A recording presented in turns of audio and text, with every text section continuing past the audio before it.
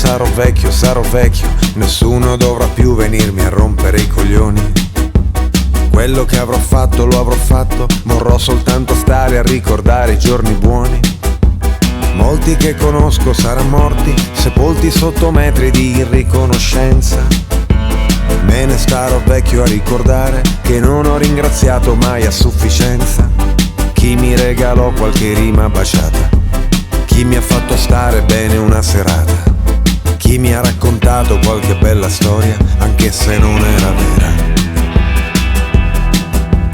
Quando sarò vecchio di quelli che nessuno vuole avere intorno, perché ha visto tutto e ha fatto tutto e non sopporta quelli che ora è il loro turno.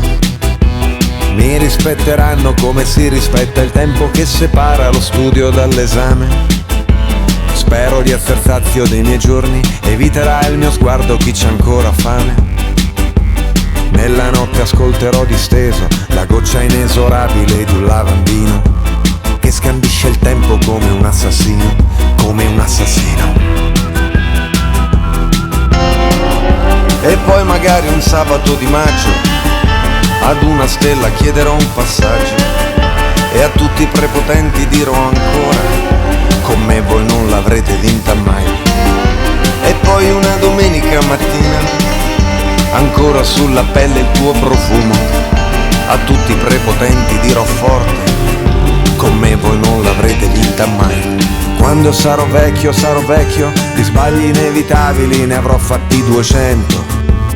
E per quelli che io ho fatto apposta non starò certo lì a offrir risarcimento.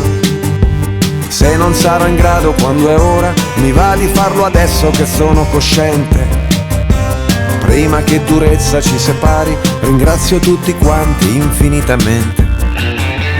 Quando sarò vecchio, punto e basta, la vita che finisce mostrerà il suo culo. Con la mia pensione di soldato